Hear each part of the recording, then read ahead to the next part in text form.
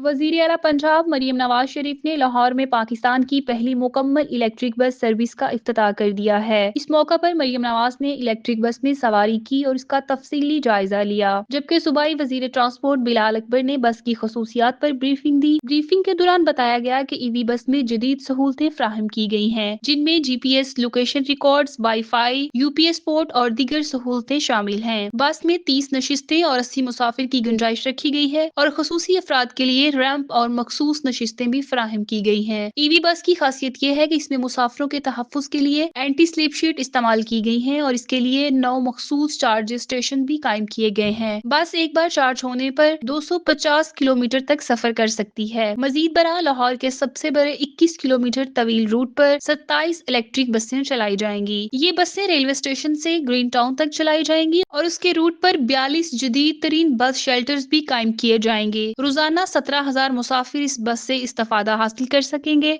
और ऐप के जरिए बस की ट्रैकिंग मुमकिन होगी।